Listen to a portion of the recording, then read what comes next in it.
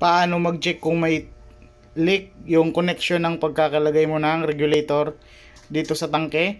Ito is kakabili lang, ito yung security seal, and i-check natin kung may leak yung tangke dun sa regulator. Kailangan mo lang ng tabo na may tubig na may kaunting joy. Yan, gawa ka lang ng bula, tapos lagay mo siya dito,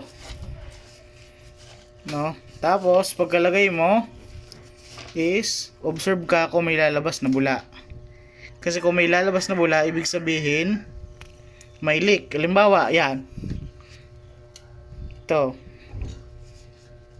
Yan. Halimbawa, ito. Yan, nakikita nyo.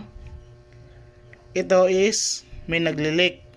Kahit kaunti, gas leak pa rin yan.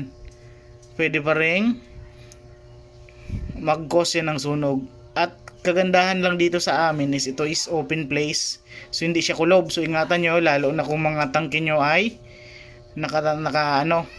nakakulob, nasa ibabaw ay nasa ilalim ng lababo. So ito, i-address natin to. Ito lang yung kailangan nating higpitan. So at least na check natin na confirm natin na may kaunting gas leak. Tsaka sayang din yan, imbis magamit ko pa sa pagluluto, sumisingaw na lang. Double check ko lang kung meron pang iba,